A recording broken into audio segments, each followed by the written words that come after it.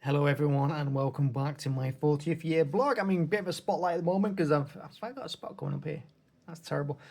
Bit of a spotlight because I've just done my video for my other YouTube channel, my football one. That's why I'm wearing the t-shirt as well. Just got back from the City Villa game. City won it in like the 94th minute, like almost the last kick of the game. It's always good to win the game like that. And we deserved it as well.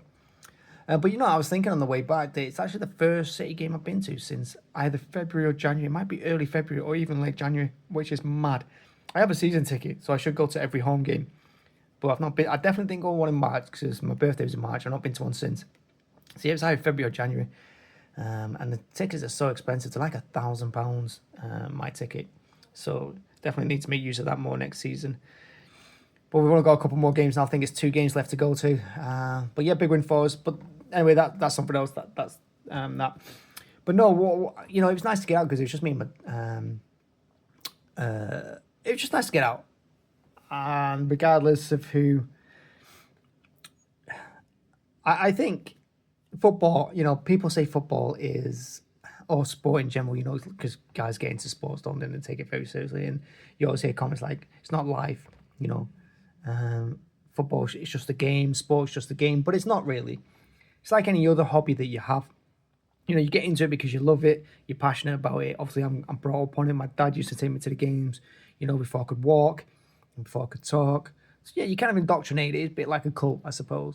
And you do get a bit aggressive, but it's the only way really sometimes you can take it out. And today, it was a dramatic game. It was a 2-1 win, but it was dramatic. It was horrible at times. And again, it's how you get frustrations after the weekend. It's where you forget your problems, really. I see that on the people around me as well. It's full of old people, who just trying to forget that they draw a pension every week or try and forget that they can't afford certain things. And that was the same for me today. And it has been really nice to get out, like I said. And it's nice to get out and do something. I don't want to say about the girlfriend because that sounds horrible. But you know what I mean? It's just nice to, I don't know, just do something and enjoy myself. Because did I enjoy it? I don't know. It's like midnight and I've got McDonald's with me. I've just had my fries and my burger and I've got a banana milkshake I'm about to have at midnight. So I'm going to go to bed really fat and in pain. But that's the way it is. But yeah, I don't know. It's just, I guess maybe it's nice to spend time on myself. I don't know. Like I said, I don't want to, because the girlfriend watches these, so I don't really want to say it's good to be without the girlfriend, because it's not. I did want to take her there, and I could have taken her there if I'd known that a ticket was available sooner. But what can you do?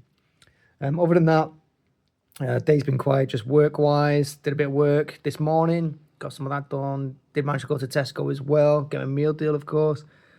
And yeah, did a couple of hours of streaming as well. So actually, I've had a busy day. I did like 4 hours of work, went out and got a meal, then did 3 hours of streaming, and then spent from like 7 p.m. to about 6:30 in the evening to 11:30 at night, like 5 hours out the house for the football. See, I've had a very busy, long day, and yeah, I am feeling it. You can see my greys coming through in this light. Oh, I should turn this light off. But yeah, what a day. And of course, I'm gonna have to try and get up tomorrow at 8 a.m. and do work again. I have requested work as well. Actually, work of doing something else. They're doing a new adventure where they're practicing or they're training people how to do podcasts or things like that. I'm not really sure what the plan is, but I said I want to be a part of it as well. Hopefully, it doesn't get in the way of my other work. But I feel like I'm being underused. That's another thing, with working sometimes. And I think at this age as well, obviously, I write about video games. That's my living. I know it's quite sad, quite boring, and people say it's not a real job. And sometimes I don't think it's not a real job, is it? I write about video games. It's a joke. I did spend 10 years in retail, though, and then, 7 years in an escape room.